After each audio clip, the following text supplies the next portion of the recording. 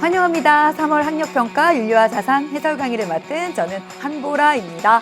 자, 우리 2학년 친구들, 윤리와 사상이라고 하는 이름으로 치러진 첫 번째 시험, 이렇게 시험을 치르는 것만 해도 정말로 힘들었을 텐데 거기서 멈추지 않고 이렇게 해설 강의까지 찾아서 들어서 선생님과 이렇게 만나고 있는 친구들, 정말 너무너무 멋진 친구들이라고 생각합니다. 사실 우리가 윤리와 사상이라고 하는 과목을 본격적으로 공부하기도 전에 다소 느닷없이 이런 시험을 치르면서 너무 어렵다. 윤사가 너무 어려운데 나 어떡하지? 이렇게 두근반 세근반 떨리는 마음으로, 걱정되는 마음으로 선생님과 만나고 있는 친구들이 많이 있을 거라고 생각해요. 그런데 절대로 그렇게 걱정할 필요 없다고 선생님이 총평에서도 누누이 이야기했었죠. 우리 한번 긴장을 좀 푸시고요. 내가 이번 시험 몇 점을 받았는가, 윤사에서 내가 몇 등급을 받았는가는 전혀 중요하지 않아요.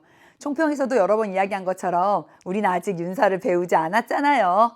윤사가 이런 과목이구나, 앞으로 이런 것들을 공부하겠구나 라고 하는 그런 느낌적인 느낌을 잡는 그런 의미로 이번 시험을 생각하시고요. 선생님과 함께 1번부터 20번까지 차분차분 돌아보면서 이런 부분에서 이렇게 문제를 푸는 요령이 이런 것들이 있구나 라고 하는 것들을 가져가시기 바래요.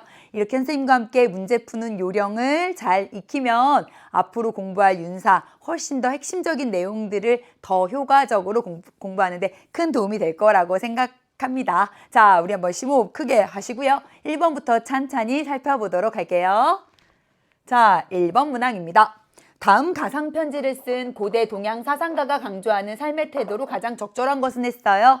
자, 우리 윤사가 이제 처음이라서 문제를 푸는 방법부터 선생님이 차분차분 이야기를 해주려고 해요. 여기 보니까 고대 동양 사상가가 가상편지를 썼다라고 이야기하고 있죠. 윤사는 이렇게 문제 자체가 굉장히 중요해요.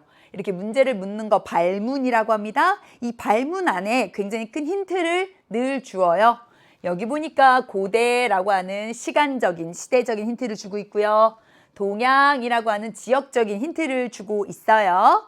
자, 동양 사상은 크게 유교, 불교, 그리고 도가 사상으로 나누어져서 우리가 공부를 하게 됩니다. 그러면 유불도 사상가 중에 누굴까? 고대 인물이라고? 어떤 사람일까? 이렇게 궁금해하면서 문제를 풀어보시면 되겠죠? 자네가 대동이 무엇인지를 물었기에 내가 대답하고자 하네. 자, 대동, 크게 하나가 된다라고 하는 뜻을 가지고 있고요. 유교의, 유학의 창시자인 공자가 이런 대동사회를 이상적인 사회라고 생각했어요. 선생님, 저는 그런 거 모르는데요. 괜찮아. 선생님 다시 한번 얘기하지만 우리 아직 안 배워서 그래요. 윤사, 앞으로 여러분들이 학교에서 선생님들과 함께 차분차분 공부하고 EBS에서 이렇게 열심히 공부하다 보면 금방 알 수 있어. 공자가 이야기한 대동사회구나 라고 하는 거 금방 알 수 있을 거예요. 공자는 대동사회를 이렇게 이야기했습니다. 큰 도가 행해지면 천하가 모두의 것이 된다. 자, 여기서 공자가 이야기하는 도라고 하는 건 도덕을 의미해요. 유학자들은 부모님에게 효도하고 친구 간에 믿음을 지키고 임금님에게 충성하는 이러한 도덕적인 삶을 살아갈 것을 강조하거든요. 자, 그러면 여기 대동사회의 특징들 한번 어떤 것들이 있는지 볼게요. 어진 자나 재능 있는 자에게 정치를 맡겨 믿음과 화목을 두텁게 하고요. 사람들은 자기 부모나 자식만을 친애하지 않는다고 합니다. 즉, 나의 부모나 나의 자식만 돌보는 가족 이기주의에 매몰되는 것이 아니라 다른 사람의 부모도 또 다른 사람의 자녀도 잘 돌보아 준대요. 그리고 노인과 아픈 사람, 그리고 홀로 된 사람, 이렇게 사회적인 약자들도 모두 다 보살핌을 받는 그런 사회래요. 또한 스스로 일하는 것을 싫어하지 않지만 자기 자신만을 위해서 일하지 않는, 즉 자기 자신의 이익만을 생각하는 또 그런 사회가 아니라 다른 사람과 더불어 살아가는 사회라고 합니다. 이렇게 도덕적인 사회이기 때문에 간선전어, 도둑이 생기지 않고요. 이런 사회를 대동이라고 부른다고 하네요. 자, 우리는 윤사를 안 배우고 지금 문항을 풀고 있어요. 이렇게 우리가 아직 윤사를 안 배웠다는 걸 출제하시는 선생님들도 잘 알고 계시겠죠? 그래서 출제하시는 분들은요, 우리가 배우지도 않은 개념을 맞출 수 없기 때문에 대부분 이 제시문 안에서 힌트를 찾을 수 있는 내용을 선지로 구성하셨어요. 자, 내가 이 제시문을 통해서 파악한 것들을 얼마나 정확하게 이해했는지 한번 선지를 통해서 OX 체크해 보도록 할게요. 1번입니다. 어진 마음을 바탕으로 사회적 약자를 보살핀다. 자, 여기 보니까 어진 마음이 나와 있고요. 그리고 노인, 아픈 사람, 홀로 된 사람 모두 보살핌을 받는다는 이런 문장 속에서 사회적 약자를 보살핀다고 하는 걸 알 수 있습니다. 도덕 규범을 따르지 않고 정신적인 자유를 누린다? 자, 여기 나와 있는 이 모든 삶이 얼마나 도덕적인 삶이에요. 그렇죠? 따라서 도덕 규범을 따르지 않고 라고 하는 설명이 틀린 설명이 되겠네요. 가장 옳은 것을 고르라고 했으니까 일단 답은 1번이 되겠죠. 자, 3번입니다. 자신의 부모와 자식만을 친밀하게 여기고 사랑한다? 아니었습니다. 분명히 자기 부모나 자기 자식만을 친애하진 않고요. 다른 사람의 부모나 다른 사람의 자녀도 이렇게 친애하고 사랑하는 마음을 바탕으로 대동사회가 이루어진다라는 걸 알 수 있습니다. 맡은 일에 최선을 다하여 자신의 이익만을 추구한다? 우리 앞에 부분은 맞는 내용이지만 자신의 이익만을 추구하지 않는다라고 분명히 밝히고 있죠. 사회 이익에 도움이 되는 사람만을 선별하여 돕는다? 아니요. 노인과 아픈 사람과 홀로 된 사람은 이익에 도움이 되지 않더라도 어때? 그 약자들도 모두 다 보살핌을 받기 때문에 이렇게 선별해서 이익이 되는 사람만 도와주는 것 아니었습니다. 자, 2번 넘어가 볼게요. 갑을병의 입장으로 옳지 않은 것은 했습니다. 자, 이렇게 부정문으로 질문이 주어졌을 때 우리가 실수하기 쉽기 때문에 항상 차분하게 잘 풀어봐야 되겠죠? 다문화 사회의 갈등 해결과 사회 통합을 위해 어떤 노력을 해야 하는가? 자, 다문화에 대한 내용이 소개되고 있습니다. 이주민이 자신의 문화를 버리고 우리의 우월한 문화에 동화되어야 사회 통합이 실현됩니다. 우리 문화는 이주민 문화에 비해서 열등하기 때문에 이주민 문화를 무조건 수용해야 합니다. 각 문화가 자유와 평등과 같은 보편적인 가치를 훼손하지 않는다면 그 문화의 고유한 가치를 존중해야 합니다. 사실 이번 같은 문항은요, 윤리와 사상 교육과정 안에서 본격적으로 논의되는 문항은 아니에요. 그러니까 여러분들이 앞으로 윤사를 본격적으로 공부하거나 그렇게 여러분이 치르게 될 윤사 내신 시험 혹은 윤사 수능 시험에는 이번과 같은 다문화에 대한 내용들은 출제가 되지 않아요. 하지만 우리는 아직 3월이기 때문에 1학년 때 공부했었던 통합사회 내용 중에서 비교적 접점이 있는 부분들을 선생님들이 이렇게 출제하신 거거든요. 우리 1학년 때 공부했던 통합사회에 대한 내용들을 한번 떠올려보면 문제 푸실 때 훨씬 더 수월할 거라고 생각합니다. 자, 1번 볼게요. 사회 통합을 위해서는 문화의 동질성 유지가 중요해. 그렇지. 그런 의미에서 우리 문화에 이주민이 동화되어야 해 라고 주장하고 있습니다. 이주민 문화는 우월하기 때문에 제한 없이 받아들여야 해. 그렇죠. 을의 주장을 보니까 이주민의 문화가 보다 더 우월하고 우리의 문화는 열등하다라고 얘기하면서 이주민 문화를 무조건 수용해야 할 것을 이야기하고 있습니다. 인간의 기본권을 침해하는 문화를 인정해서는 안 돼. 그렇죠. 여기 분명히 보편적인 가치를 훼손하지 않는다면 존중해야 하죠. 따라서 인간의 기본권이라고 하는 이런 보편적인 가치를 훼손하는 문화는 인정해서는 안 된다라고 하는 내용 성립할 수 있습니다. 자, 갑과 을의 공통점 볼게요. 서로 다른 문화들의 우열을 판단하여 구별할 수 있다. 네, 갑은요, 우리의 문화가 우월하다라고 생각하고 있고요. 을은요, 어때? 이주민의 문화가 더 우월하다. 즉, 우월과 열등함을 판단해서 구별할 수 있다라고 바라보고 있습니다. 5번입니다. 자문화 중심주의의 관점에서 타문화를 평가해야 한다. 자문화 중심주의는 뭐지?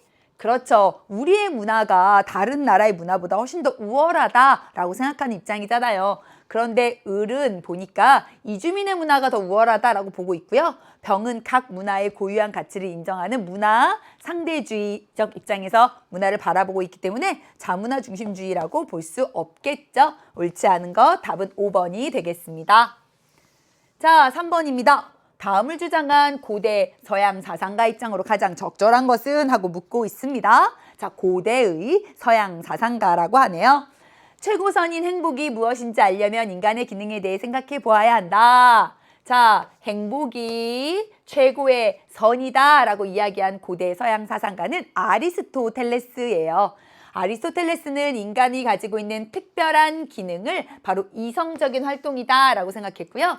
그 이성적인 활동을 잘 수행할 때 어때? 덕을 지닐 수 있으며 그 덕을 잘 지닐 때 행복해질 수 있다라고 생각했어요. 자, 이성적인 활동은 덕을 지닐 때 잘 수행될 수 있고요. 행복이란 덕에 따른 정신의 활동이다. 지금은 정말 아리송한 암호와 같은 이렇게 말처럼 느껴지지만 여러분들이 서양 철학을 공부하면서 아리스토텔레스의 행복과 덕에 대한 관점을 차분차분 공부하다 보면 별로 어렵지 않은 내용이네 라고 하는 걸 알 수 있을 거예요. 자, 아리스토텔레스의 입장으로 가장 적절한 것은을 묻고 있습니다. 1번부터 볼게요. 인간은 이성을 탁월하게 발휘할 때 행복을 실현할 수 있다. 어때요? 인간이 가지고 있는 특별한 기능인 이성을 잘 발휘할 때 행복에 이를 수 있다. 1번은 맞는 내용이 되겠네요. 3번의 답은 1번이 되겠습니다. 인간은 다른 동물과 마찬가지로 이성적 활동 능력을 지닌다. 여기 보니까 인간만이 지니고 있는 특별한 기능이 이성이라고 했어. 그러니까 다른 동물들은 이성을 가지고 있지 않다라고 하는 것 제시문을 통해서 유추할 수 있습니다. 인간은 행복이 아니라 쾌락을 모든 행위의 목적으로 삼는다? 아니겠죠. 지금 계속해서 행복이 최고의 선이다라고 하면서 행복이 우리 인간의 삶의 중요한 목적이다라는 걸 알 수 있어요. 따라서 쾌락을 모든 행위의 목적으로 삼는다. 틀린 내용이라는 것 알 수 있습니다. 4번 볼게요. 인간은 누구나 자신이 지닌 이성적 활동 능력을 잘 발휘한다. 자, 4번이라고 이렇게 답해서 틀린 친구들도 많이 있죠. 그런데 제시문 가만히 보니까 이러한 인간의 기능, 즉 이성적인 기능을 훌륭하게 수행하는 것은 그것이 이성적인 활동을 수행하는 것이며 그것은 알맞은 덕을 지닐 때 비로소 잘 수행될 수 있다라고 했어요. 즉 알맞은 덕을 갖춘 사람만이 비로소 이성의 기능을 잘 수행할 수 있다라고 하는 거 우리가 유추해 볼 수 있죠. 따라서 누구나 다 이런 덕을 갖추지도 않았는데 누구나 다 이성적 활동 능력을 잘 발휘한다라고는 보지 않았다는 걸 알 수 있습니다.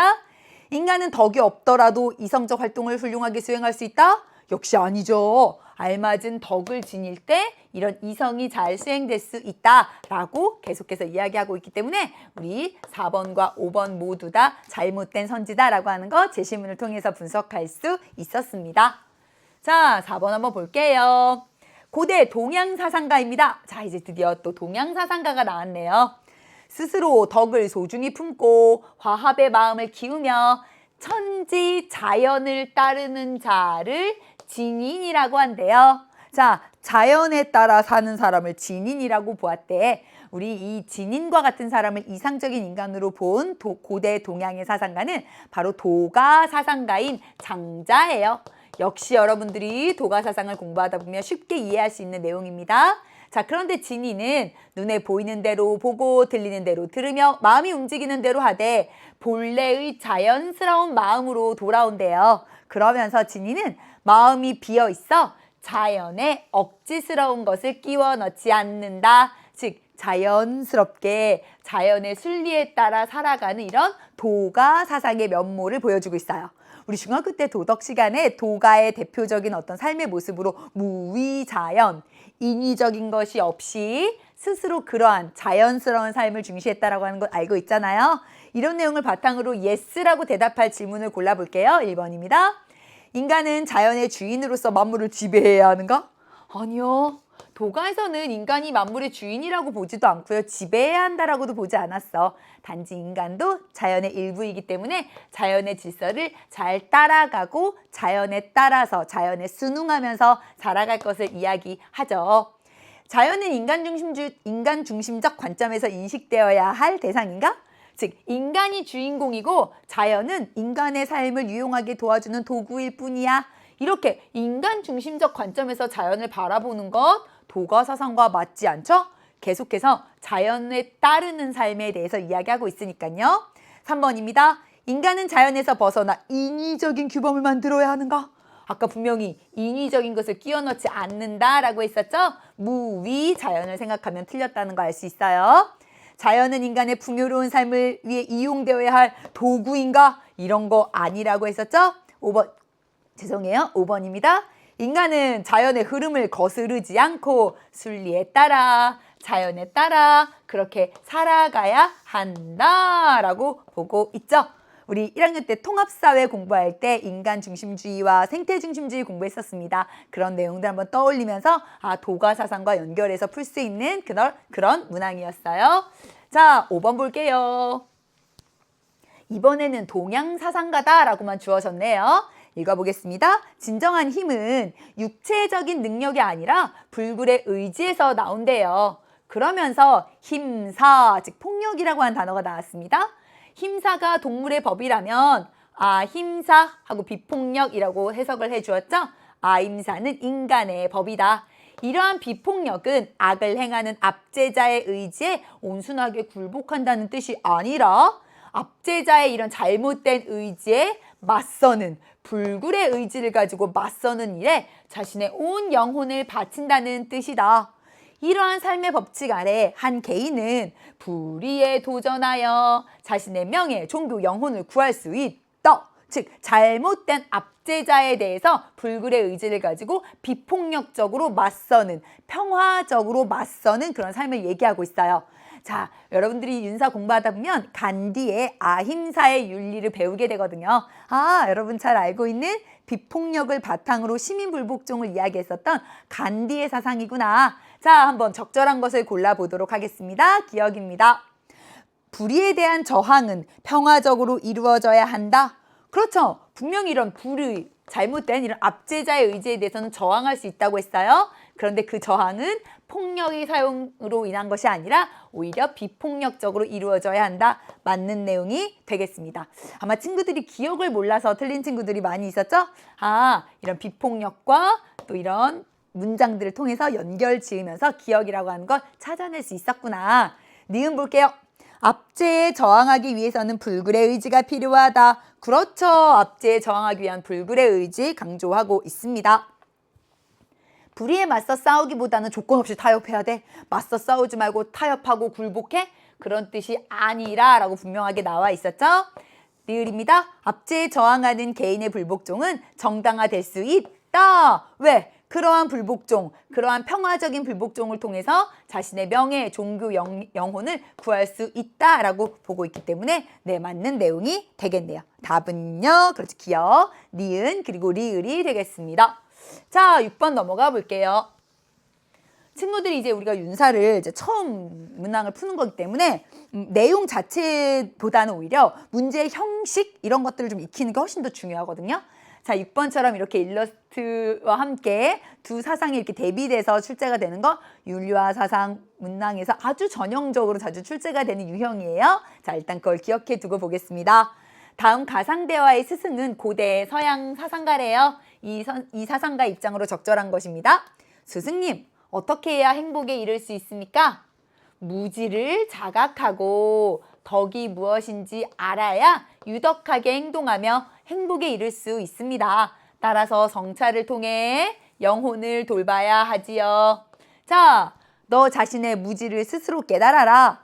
이렇게 돌아보면서 영혼을 성찰하고 덕이 무엇인지 알면 덕을 갖추고 행복해질 수 있다. 지덕복 합일서를 이야기하면서 무지의 자각을 강조했던 도덕적 성찰의 대가 소크라테스라고 하는 것들 알 수 있습니다. 자, 소크라테스가 검토하지 않은 삶, 성찰하지 않은 삶은 살 가치가 없다라고 하면서 도덕적 성찰을 강조했잖아요. 소크라테스 입장으로 가장 적절한 것 골라볼게요. 기억입니다.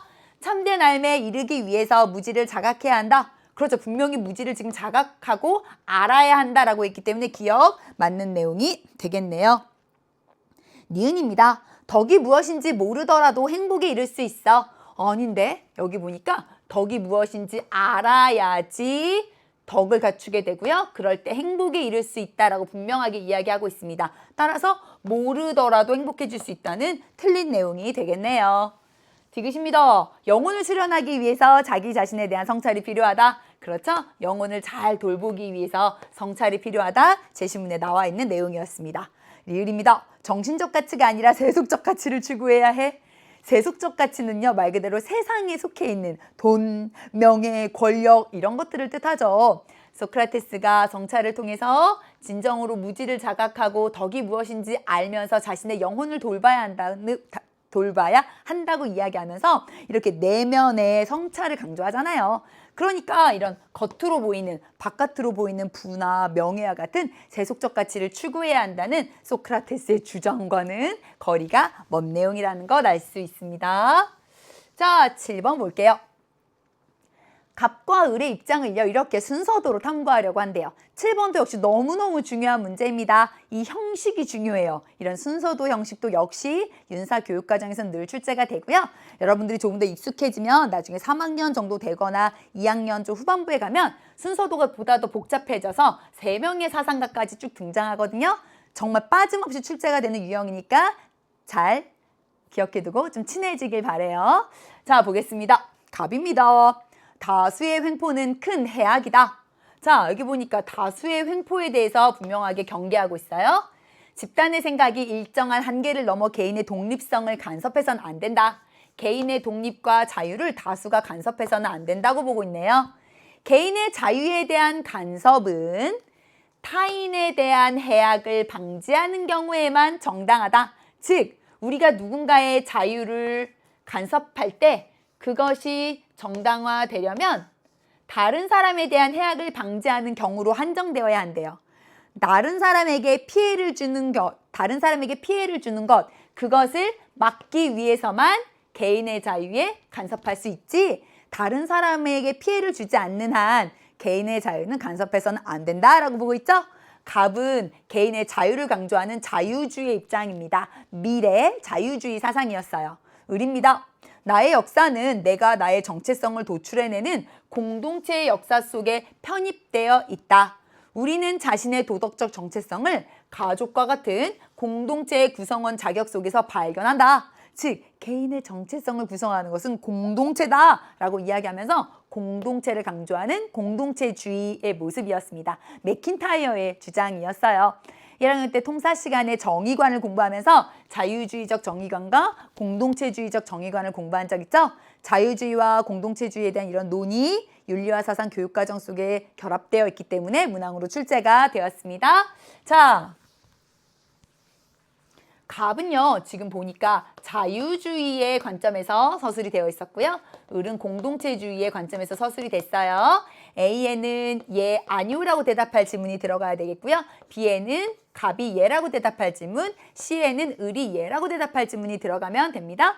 이런 순서도 문제는 반드시 이 두 가지 입장, 여기 나와 있는 갑과 을이 이 각각의 질문에 대해서 어떻게 답했을까를 생각하면서 문제를 잘 풀어야지 실수를 방지할 수 있어요. 자, 기억입니다. 개인의 자유를 어떤 경우에도 제한하지 말아야 하는가?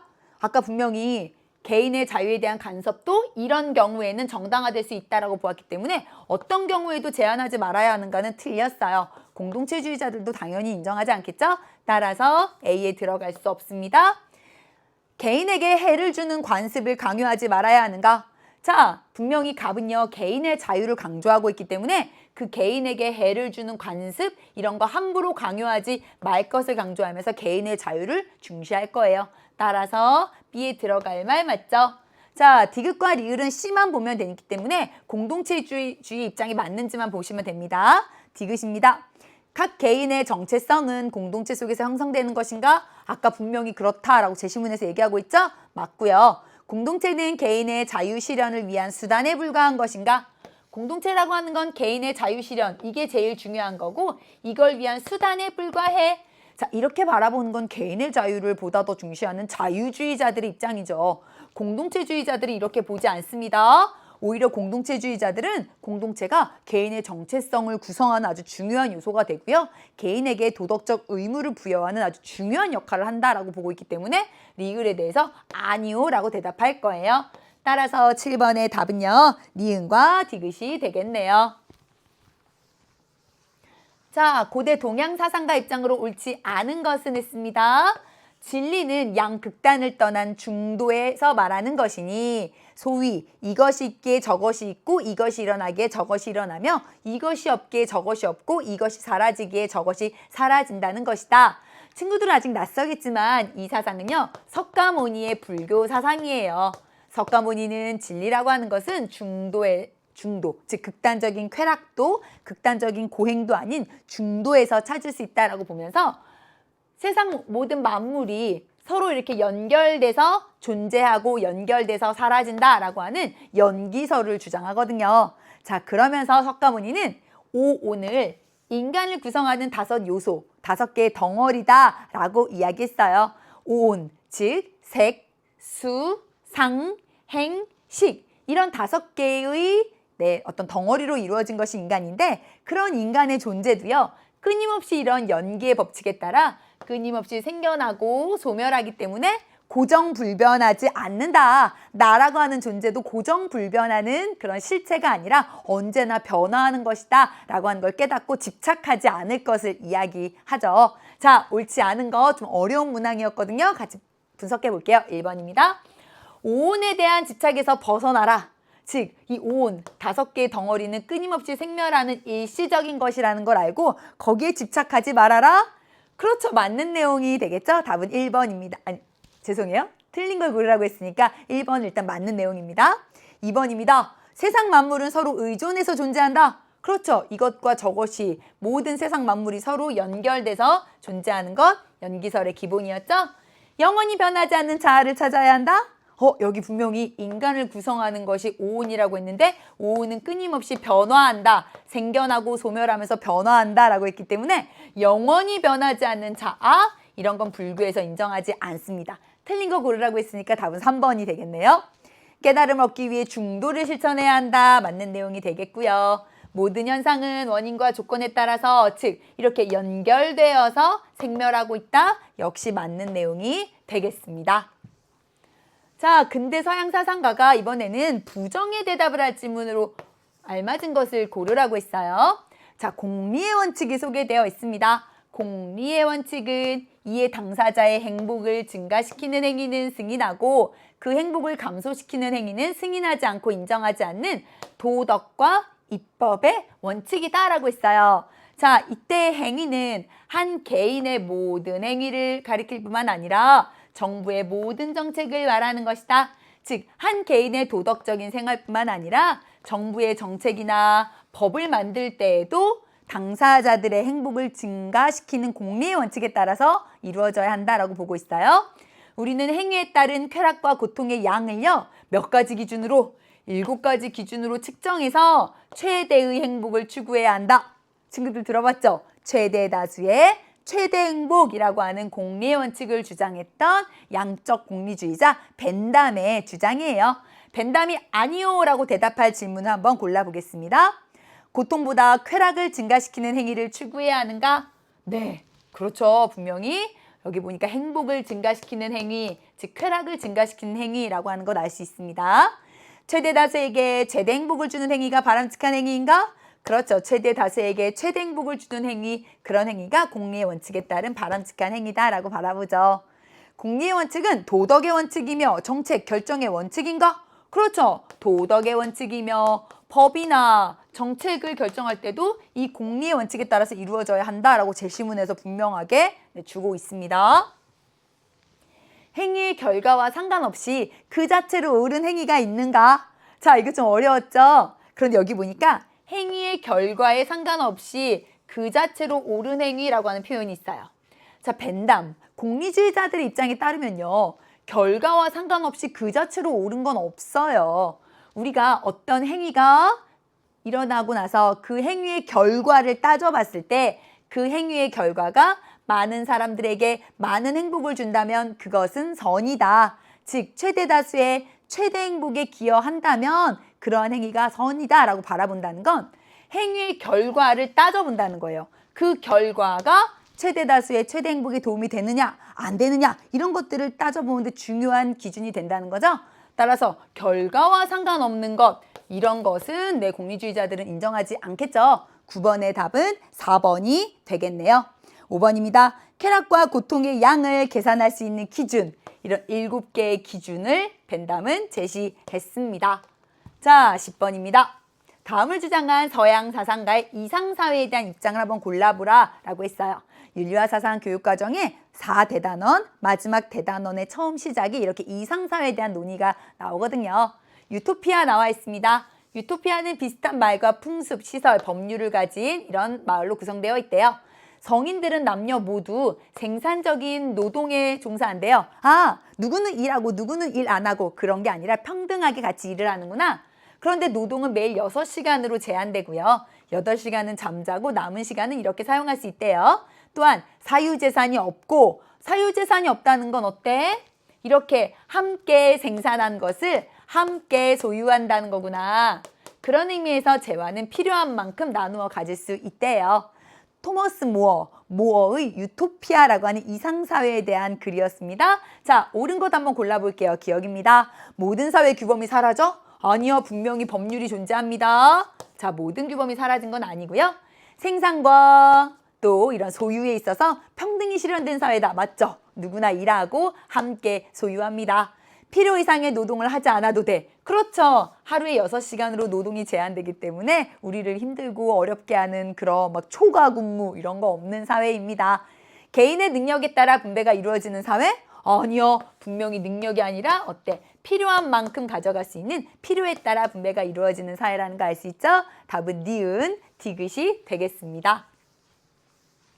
자, 그림의 강연자가 지지할 입장 한번 볼게요. 자국의 이익을 위해서 다른 나라를 침략하는 것은 천하의 큰 해악입니다. 자기 나라의 이익만을 위해서 다른 나라를 침략하는 건 이렇게 큰 해악이다라고 반대하고 있어요. 설사 전쟁에서 승리해도 얻는 것이 잃는 것보다 결코 크지 않습니다. 즉, 비록 내가 누군가를 공격해서 우리나라가 전쟁에서 이긴다 하더라도 그 손해가 크다는 거예요. 전쟁을 하면 군주는 정치를, 백성은 제의를 돌보지 못하여 굶주려 죽는 자가 셀 수 없이 많아집니다. 따라서 타국을 공격하는 것은 의롭지 못한 것입니다. 평화를 원한다면 서로 차별 없이 사랑하고 우리 이걸 겸애라고 불러요. 그리고 서로 이익을 나누어야 합니다. 이것을 교리라고 불러요. 윤사 공부하다 보면 등장하게 돼 동양의 묵가라고 하는 분의 주장이었습니다. 자, 우리 역시 안 배웠기 때문에 제시문을 통해서 한번 선지 OX 체크해 보도록 할게요. 1번입니다. 자국의 이익이 된다면 침략 전쟁도 의로울 수 있다? 지금 계속해서 지금 뭐라고 이야기하고 있어? 침략하는 것은 해악이며 그것은 불의한 것이다라고 여러 번 얘기하고 있죠? 자, 묵자는요, 이런 침략 전쟁에 대해서 분명하게 반대했습니다. 자, 2번입니다. 전쟁에서 승리한 나라는 손해보다 이익을 더 얻어? 아니요, 묵자는 뭐라 그랬어? 심지어 전쟁에서 승리해도 얻는 것이 잃는 것보다 크지 않대. 즉, 이렇게 많은 손해를 입을 수 있대. 비록 승리한다 하더라도 손해가 심각하다는 거예요. 따라서 2번도 틀렸네요. 다른 나라를 자신의 나라처럼 소중히 여긴다면 평화가 달성될 수 있다. 다른 나라와 자기의 나라를 차별하지 않고 똑같이 소중히 여기는 건 그게 바로 서로에 대한 차별이 없는 그런 겸애가 되겠죠? 그럴 때 평화를 이룰 수 있다. 답은 3번이 되겠네요. 4번입니다. 군주는 전쟁을 할 때 백성보다 자기 이익을 우선해야 한다? 아니요. 당연히 군주도요. 자신만을 돌보아서는 안 되고 자기와 백성을 똑같이 사랑하면서 백성의 이익도 잘 돌아보아야 되겠죠. 5번입니다. 모든 사람을 차별 없이 사랑하려는 욕심이 천하의 해악이다? 되게 그럴듯해 보이는데 여기 어디 함정이 있었지? 그렇죠. 모든 사람을 차별 없이 사랑하려고 하는 욕심이 문제의 근원이 아니라 오히려 자신의 나라만을 사랑하면서 다른 나라는 함부로 여겨서 침략하려고 하는 것, 이런 차별적인 사랑이 오히려 욕심을 불러일으키고 그것이 해악이다라고 비판하고 있습니다. 다음을 주장한 고대 서양 사상가 입장으로 틀린 것 한번 골라보도록 할게요. 자, 정의에 대해서 이야기하고 있네요. 정의는 일반적인 정의와 부분적인 정의로 나뉘어진대요. 친구도 혹시 이거 문제 풀면서 어디서 많이 들어본 것 같은데? 이런 생각하셨나요? 그렇지, 우리 1학년 때 공부했었던 통합사회에서 등장하는 아주 유명한 문구잖아요. 일반적인 정의는 법을 잘 지키고 공정한 것이래요. 부분적인 정의에는 분배적 정의와 교정적 정의가 있다. 그렇지, 아리스토텔레스의 정의론이잖아요. 아리스토텔레스는 윤사 교육과정에서도 정말 중요하게 다루어지는 사상가거든요. 그래서 출제하시는 분들이 아리스토텔레스를 출제하시되 친구들이 아직 윤사의 아리스토텔레스를 본격적으로 공부하지 않았기 때문에 1학년 때 공부했었던 통합서에 대한 내용을 출제하신 거예요. 자, 이렇게 쭉 여기 있는 내용들은 같이 쭉 읽어보시면 되겠고요. 같이 한번 우리 1번부터 차분차분 또 분석해 보도록 하겠습니다. 법을 준수하지 않는 사람은 정의롭지 않은 사람이다. 그렇죠. 일반적 정의가 준법이기 때문에 이 준법을 이행하지 않는 사람은 일반적 정의를 지키지 않는 사람이 되겠죠? 맞는 내용이 되겠네요. 자, 2번입니다. 모두가 동일하게 분배받아야 분배적 정의가 실현된다. 이거 맞을까? 여기 보니까 분배적인 정의는요. 동등하지 않은 사람들이 동등한 몫을 분배받으면 싸움과 불평등이 생기기 때문에 각 사람의 가치에 따라서 분배하는 것이 분배적 정의다라고 얘기하고 있어요. 즉 모든 사람한테 n분의 1로 똑같이 나눠주는 건 오히려 부정의하다는 거예요. 그러니까 그 사람이 가지고 있는 가치에 따라서 서로 다른 몫을 주는 것, 그것이 오히려 더 공정한 분배라는 거죠. 자, 우리가 이순신 장군과 이완용의 예를 생각해 보세요. 이순신 장군과 이완용에게 무언가를 분배해 주려고 할 때 둘을 똑같이 나누어 주면 그건 오히려 정의롭지 않은 게 되겠죠. 그 사람이 공동체에 기여한 정도에 따라서 각 사람의 가치에 따라서 이순신 장군에게는 100을 주고 이완용에게는 1을 주는 것, 그것이 오히려 분배적 정의에 따른 그런 분배다라고 아리스토텔레스는 보고 있어요. 따라서 모두가 다 똑같이 분배받아야지 분배적 정의가 실현되는 것은 아니었습니다. 자, 3번입니다. 정의 실현을 위해서 피해자가 당한 해악을 교정해야 한다. 자, 교정적 정의는 어떤 사람은 손해를 끼치고 어떤 사람은 손해를 입은 경우 그 손해의 차이에 주목해서 서로 간에 동등하지 않음을 바로잡는 것, 즉 내가 누군가에게 5만큼 피해를 끼치고 그래서 나는 피해를 끼치고 누군가는 피해를 입었다면 내가 그에게 5만큼 배상하게 하는 것이다. 그것이 교정적 정의다라고 얘기하고 있어요. 따라서 피해자가 당한 해악을 교정하는 것, 그것이 정의 실현이다. 맞는 내용이 되겠네요. 틀린 걸 고르라고 했으니까 일단 답은 2번이 되겠죠. 동등한 가치를 지닌 사람들은 동등한 몫을 받아야 해. 그렇죠. 각 사람의 가치에 따라서 분배하기 때문에 동등한 가치를 가진 사람은 동등한 몫을 분배받을 수 있습니다. 한 사람이 타인보다 많이 가져도 정의로운 경우가 있죠. 이순신이 이완용보다 많이 가져도 가치가 달라서 그렇게 차이가 생긴 거라면 그것은 정의로운 경우다라고 얘기할 수 있잖아요. 12번 문항 예사롭지 않은 문항이었어. 쉽지 않은 문항이었어요. 하지만 우리가 통합사회 시간에 공부했던 내용들 잘 헤아려 보고요. 제시문을 잘 분석했으면 충분히 풀 수 있는 문항이었습니다. 다음을 주장한 사상가 입장으로 적절한 것만을 보기에서 고른 것은 했습니다. 사실 13번 문항 같은 경우는 윤사 교육과정에서 정말 본격적으로 다루어지는 내용은 아니에요. 그래서 여러분들이 이제 앞으로 윤사 내신 시험을 치르거나 또 수능 시험을 치를 때는 이런 내용들은 출제가 되지 않아요. 하지만 오늘 여러 번 얘기한 것처럼 우리는 그렇죠. 윤사를 아직 공부하기 전에 그동안 중학교 그리고 고등학교 1학년 교육과정에서 공부했던 내용 중에서 비교적 접점이 있는 부분에서 출제를 하셨기 때문에 이런 문항들이 나왔다, 기출되었다라고 생각하시면 되겠습니다. 자, 서로 다른 문명에 속한 국가들 사이에서 혹은 한 국가 속에 서로 다른 문명에 속한 집단들 사이에서 분쟁이 자주 발생한다. 서로 문명이 다른 국가들 사이에서도 분쟁이 생기고요. 한 나라 안에서도 서로 다른 문명을 가진 집단들 사이에서 분쟁이 생긴대요. 왜냐하면 문명이 이렇게 서로 다르면 신뢰보다는 적대적인 공존이 더 잘 나타나기 때문이래요. 특별히 종교적 신념과 같은 문화적인 차이는 문화 간의 갈등을 증폭시키는 경향이 있대요. 이런 충돌을 줄이기 위해서 각 문명은 가치관이나 제도 등을 공유해서 다른 문명에서 살아가는 사람들과 동질성을 확대해야 한다라고 이야기하고 있네요. 자, 옳은 것 한번 골라보겠습니다. 기억입니다. 문명 간의 갈등은 국가와 국가 사이에서만 발생할까요? 아니요. 한 국가 안에서도 발생할 수 있었기 때문에 기억은 틀린 내용이 되겠죠? 니은입니다. 가치관의 공유는 문명 간 갈등의 해결에 도움이 된다. 그렇죠. 이런 가치관을 공유하는 것이 오히려 이런 갈등을 해결하는 데 도움이 되기 때문에 이 사상가는요, 동질성을 확대할 것을 주장하고 있어요. 맞는 내용 제시문을 통해서 알 수 있습니다. 디귿입니다. 종교적인 신념의 차이는 문명 간의 갈등을 심화시킬 수 있다. 그렇죠. 종교적인 신념이 서로 다르면 갈등이 증폭된다라고 분명하게 얘기하고 있잖아요. 동일한 문명보다 서로 다른 문명 간의 신뢰가 더 쉽게 형성돼? 아니요. 서로 다르면 신뢰보다 적대적인 공존이 더 잘 나타나기 때문에 서로 다른 문명은 신뢰보다는 적대적인 공존이 더 잘 형성된다라고 보고 있습니다. 제시문을 잘 분석했으면 선지는 충분히 기억, 니은, 디귿, 리을은 충분히 OX 체크를 할 수가 있는 문항이었습니다. 자, 14번 넘어가 보도록 하겠습니다. 다음은 서술형 평가 문제랑 답안이래요? 옳지 않은 것 하고 있네요. 역시 아주 전형적으로 윤사 내신에서도 자주 출제가 되는 유형이고요. 평가원에서도 자주 출제하는 유형입니다. 자, 사회사상과 갑과 을의 입장을 비교해서 서술해보아라 라고 하고 있습니다. 아마 친구들이 14번 틀린 친구들 정말 많을 거예요. 좀 깊이 있는 좀 어려운 내용을 담고 있거든요. 자, 그래도 우리가 충분히 또 재심문 분석을 통해서 맞춰볼 수 있다 이런 마음을 가지고 도전해 볼게요. 갑입니다. 정부는 완전 고용을 위해 유효 수요를 창출해야 한다. 자, 누가 이런 역할을 해야 한대?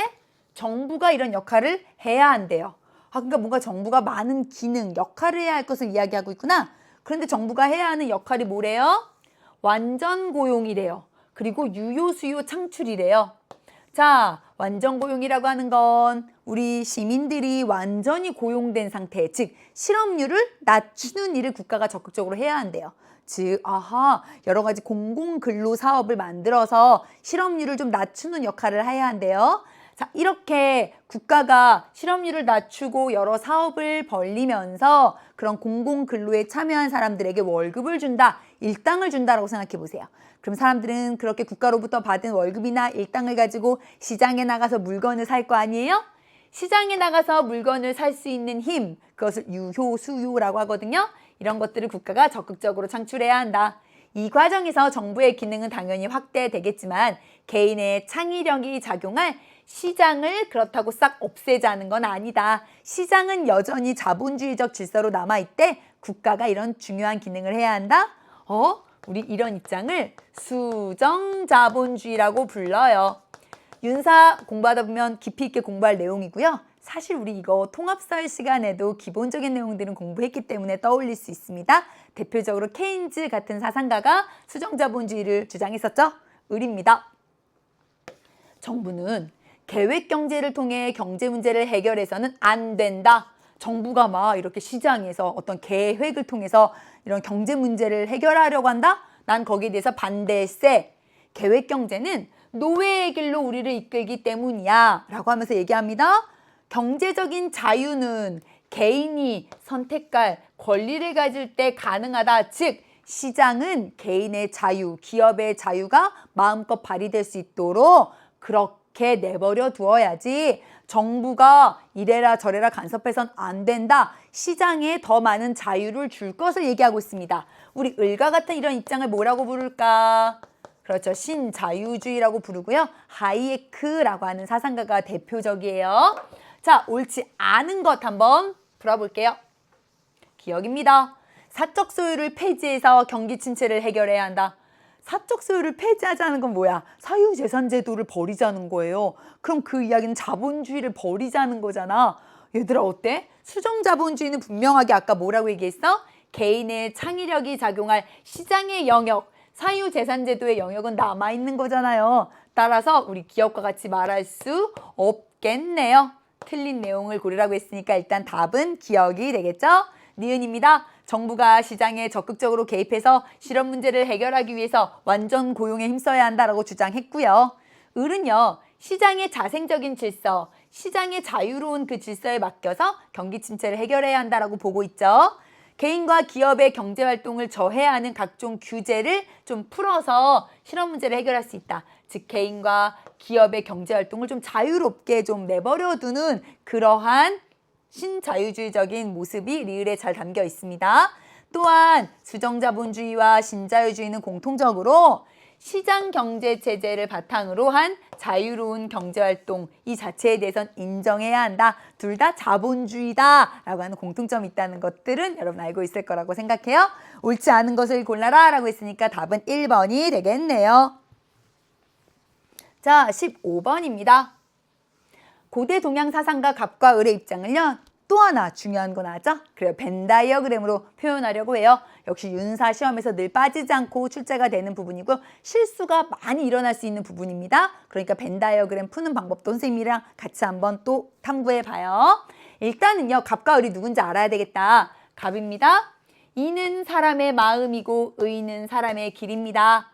그 길을 놓아둔 채 따르지 않고 마음을 잃어버리고도 찾을 줄 모르니 안타깝습니다. 학문이라고 하는 건 잃어버린 본래의 마음을 되찾는 것이죠. 사람들은 본래의 인과 의라고 하는 이런 선한 마음을 가지고 있기 때문에 그 마음을 잘 찾아가면 됩니다. 인간의 본성은 선합니다 라고 주장했던 맹자의 성선설이 소개가 되어 있어요. 을입니다? 아니요. 인간의 본성은 악하며 사람이 선하게 되는 건 인위적인 노력의 결과입니다. 본성, 즉 악한 본성을 따르게 되면 다투게 되고 남을 해치게 되죠. 따라서 스승에 의한 가르침과 예의에 의한 변화가 있어야지 본성을 변화시켜서 선한 행동을 이끌어갈 수 있습니다. 인간의 본성은 악하다라고 주장했던 순자의 성악설이 소개가 되어 있습니다. 자, 맹자의 성선설과 순자의 성악설은 단골로 묶여서 자주 출제가 돼요. 벤 다이어그램 문제를 풀 때는 반드시 그림을 보면 안 돼. 그림 보면 실수하게 돼요. 우리는 이 범례를 보고 푸는 연습을 해야 합니다. 그리고 항상 써놓고 푸세요. 여기선 이런 조사가 너무너무 중요해. A는 맹자만의 입장. C는요? 그렇죠. 순자만의 입장.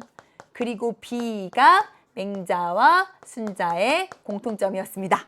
우리 순서도 문제도 그랬던 것처럼 벤 다이어그램 문제도 반드시 제시문에 등장한 사상가들을 다 써놓고요. 각 사상가 입장을 잘 분석하면서 푸셔야 해요. 기억입니다. 학문을 통해 본래의 마음을 변화시켜야 한다. 자, 이거 맹자 맞다고 하는 친구들 진짜 많았을 거야. 근데 틀렸다? 이거 왜 틀렸을까요? 맹자는 본래 타고난 인간의 마음, 본래의 마음이 착하기 때문에 그것을 잃어버린 마음을 찾아야 하는 거지 그 착한 본래의 마음은 변화시켜서는 안 돼. 본래 마음이 충분히 선한데 이걸 어떻게 변화시켜요? 그걸 그대로 잘 유지하고 그것을 보존하고 그 본래의 마음을 잘 찾으면 되는 거지 그걸 마음을 변화시켜야 한다? 맹자 입장에선 맞지 않아요. 따라서 맹자만의 입장이 들어가야 하는 A에 들어갈 수 없겠죠? 니은입니다. 수양을 통해 누구나 이상적인 인간이 될 수 있다? 네, 맹자도 이렇게 타고난 착한 마음을 잘 지키는 수양을 통해서 이상적인 인간이 될 수 있다고 보고요. 순자도 악한 본성을 변화시키기 위한 이런 수양을 통해서 이상적인 인간이 될 수 있다고 봐요. 따라서 두 사상의 공통점인 어디에 들어갈 수 있어? B에 들어갈 수 있는 내용이 되겠네요. 인간의 타고난 본성에는 선과 악이 함께 존재해? 아니죠. 둘 다 아니야. 맹자는 선만 존재하고 순자는 악만 존재하기 때문에 함께 존재한다는 그 어디에도 들어갈 수 없었습니다. 예의를 실천하여 타고난 본성을 교화해야 한다. 자, 타고난 본성을 교화한다 라고 할 때 이 교화는 변화시킨다는 뜻이에요. 타고난 본성은 악하지만 예와 의를 통해서 그 나쁜 본성을 변화시켜야 한다. 그렇죠. 순자가 긍정할 만한 내용이 되겠네요. 따라서 순자만의 입장 성립 가능합니다. 15번의 답은요. 니은과 리을이라고 하는 것 알 수 있었습니다. 자, 다음을 주장한 사회사상가 입장에 대한 설명으로 옳지 않은 것 한번 볼게요. 프로테스탄티즘 윤리의 토대를 준 금욕적 생활 방식은 자본주의 발전의 이바자였다. 자, 프로테스탄티즘 윤리라고 하는 말이 좀 어렵죠? 친구들이 아는 쉬운 말로 바꾸면 종교개혁 사상, 루터, 칼뱅이 주장했던 종교개혁 사상을 떠올리시면 돼요. 이런 종교개혁 사상이 자본주의 발전에 이바지했대요. 자, 이건 도대체 무슨 의미일까? 프로테스탄트의 금욕주의는 재산 낭비에 반대하고 사치제 소비를 막았지만 한편으로는 정정당당하게 일해서 돈을 버는 이익 추구를 신의 뜻이라고 간주하여 정당화하였다. 부 자체를 목적으로 추구하는 건 비난받아야 하지만 돈 하면서 돈 자체를 목적으로 추구하는 것은 분명히 비난받아야 하지만 직업 노동, 즉 신의 부르심, 소명의 열매인 정당한 부의 획득은 신의 축복이라고 본 것이다. 그래서 내가 깨끗하게 일해서 깨끗하게 번 돈, 이것은 어때요? 신의 축복이다 라고 정당화하면서 부의 축적과 자본의 축적을 정당화했고요. 이렇게 자본이 축적되었기 때문에 자본주의가 발전할 수 있었다라고 하는 해석들이 등장했어요. 우리 그런 내용들입니다. 옳지 않은 것 한번 골라볼게요. 1번입니다. 프로테스탄트가 직업을 신의 명령으로 받아들였다고 본다. 신의 부르심과 명령으로 받아들였다라고 본다. 맞죠? 프로테스탄트가 부 자체 추구를 소명으로 삼았다고 보나요?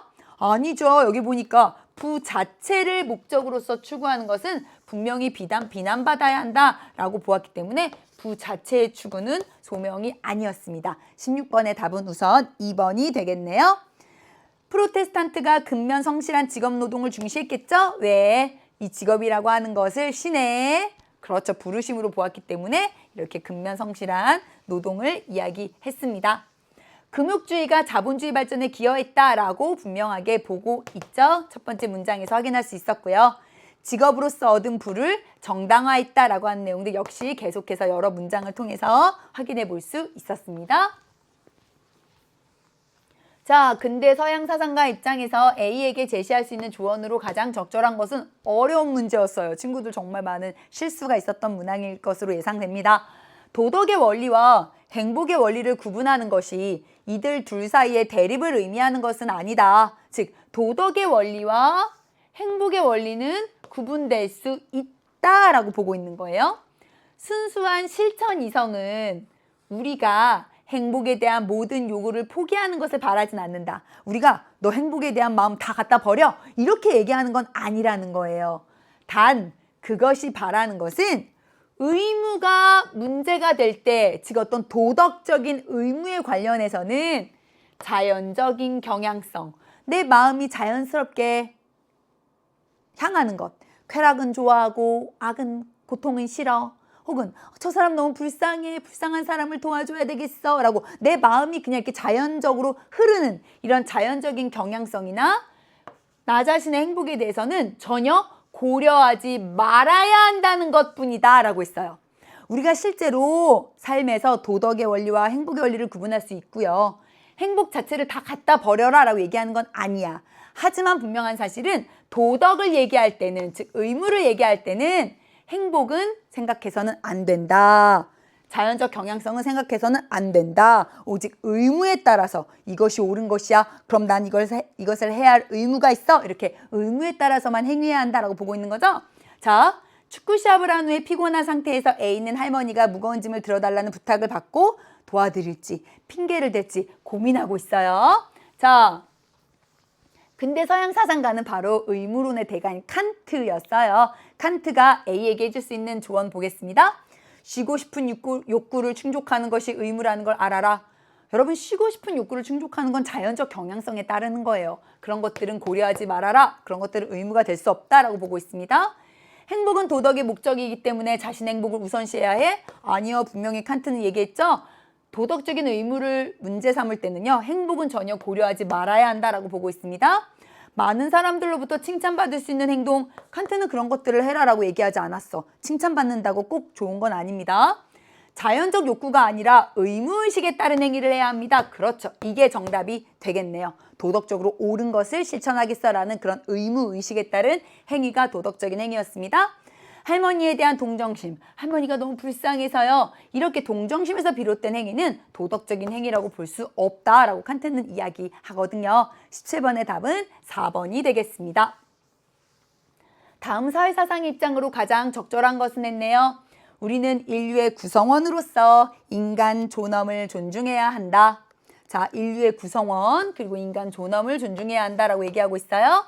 인종과 민족과 국가를 넘어서는 세계 시민으로서 지구 공동체 문제에 관심을 가지고 함께 해결해야 한대요. 그러기 위해서는 다양성을 인정하고 관용을 베풀어야 하고요. 갈등은 평화적인 방식으로 해결해야 한다라고 하는 세계 시민주의에 대한 일반적인 내용들이 소개가 되고 있습니다. 다른 민족에 대한 편견과 차별에서 벗어나세요. 다양성과 관용을 베푸세요. 맞는 내용이 되겠고요. 인류 전체를 위해서 한 사람의 희생쯤은 괜찮아. 너 희생해서 전 인류를 살려. 이런 것들을 요구해야 한다? 아니죠. 각 사람의 존엄성을 존중하고 갈등을 평화로운 방법으로 해결해라 라고 이야기하는 입장에서 개인의 희생을 요구하는 건 정당하지 않겠죠? 일단 적절한 걸 고르라고 했으니까 18번의 답은 1번이 되겠네요. 인권을 침해하는 행위에 대해서도 관용해야 한다? 아니요. 우리가 관용을 얘기하지만 그 관용은 분명히 인간의 존엄성과 같은 보편타당한 가치들을 존중할 때 관용도 의미가 있습니다. 인권을 침해하는 행위에 대해서는 관용할 수 없죠. 자국의 이익과 무관한 국제문제에 무관심해? 아니요. 함께 관심을 가지고 해결해야 할 것을 얘기합니다. 특정 국가의 정체성을 토대로 세계를 통합해? 어떤 특정한 한 나라의 정체성으로 전 세계를 통합해? 아닙니다. 각각의 다양성과 관용에 대한 존중이 반드시 필요할 거예요. 19번입니다. 현대 서양 사상가와의 가상 인터뷰래요. 입장으로 옳은 것입니다. 원조가 나왔네요. 원조의 목적은 빈곤국을 부유하게 만들어서 모든 사회의 부를 균등하게 하는 것입니까? 즉, 가난한 나라를 부자가 되게 만들어서 모든 사회의 부를 균등하게 하는 것이 목적입니까? 그러자 사상가가 뭐라고 대답했어? 아닙니다. 아닙니다. 모든 사회의 부와 복지 수준을 균등하게 하는 것은 원조의 목적이 될 수 없습니다. 라고 강하게 부정하고 있어요. 그럼 원조의 목적은 무엇입니까? 자, 불리한 여건으로 고통을 받는 사회가 질서정연한 사회가 되도록 돕는 것입니다. 자, 이렇게 보았던 현대 서양 사상가는요, 롤스예요. 롤스. 우리 통합사회 시간에도요, 우리 정의에 대해서 이야기하면서 롤스의 정의 원칙들 공부한 적 있잖아요. 그 롤스가 윤리화 사상에서도 많이 소개가 되고요. 또 여러분이 아는 또 하나의 사회탐구 과목인 생활과 윤리에도 아주 중요하게 등장하시거든요. 롤스의 해외 원조에 대한 입장입니다. 롤스는 불리한 여건으로 고통을 겪는 사회, 이런 사회를 질서정연한 사회가 되도록 돕는 것이 원조의 목적이라고 보았어요. 질서정연한 사회라고 하는 것은 구성원들의 인권과 자유가 실현되는 민주주의적 제도와 질서가 갖추어진 그런 사회를 의미해요. 자, 이런 목적이 실현돼서 고통을 겪는 사회가 질서정연한 사회로 바뀌게 되면 더 이상 원조는 그만해도 됩니다. 라고 이야기하고 있습니다. 자, 롤스 입장으로 적절한 것 골라볼게요. 1번입니다. 세계의 모든 국가가 원조의 대상이 되어야 한다? 아니죠. 불리한 여건으로 고통을 겪는 사회, 구성원들의 인권과 자유를 보장해주지 못하는 그런 사회 중에서도 불리한 여건으로 고통을 겪는 그런 사회만 원조의 대상이 될 거예요. 세계의 모든 국가가 가진 부를 평준화해야 한다? 아니요, 우리 그런 거 아니다 라고 롤스가 분명하게 제시문에서 이야기하고 있죠. 원조의 목적은 빈곤국을 부유하게 만드는 것, 빈곤국을 부유하게 만드는 것도 아니다 라고 분명하게 얘기했습니다. 모든 인류의 복지 수준을 동등하게 맞추어야 한다. 모든 인류의 복지 수준을 동등하게 맞추는 것, 모든 사회의 복지 수준을 균등하게 맞추는 것 아니다. 원조의 목적 아니다 라고 분명하게 제시문에서 얘기했어요. 질서정연한 사회가 되면 더 이상 원조는 필요하지 않다. 답은 몇 번이 될까요? 그렇죠. 5번이 되겠네요. 자, 마지막 문항입니다. 과거에 많은 사람들이 노예가 되어 폭력에 희생되었다. 여러분, 유색인종, 흑인에 대한 그런 노예 제도를 생각해 보세요.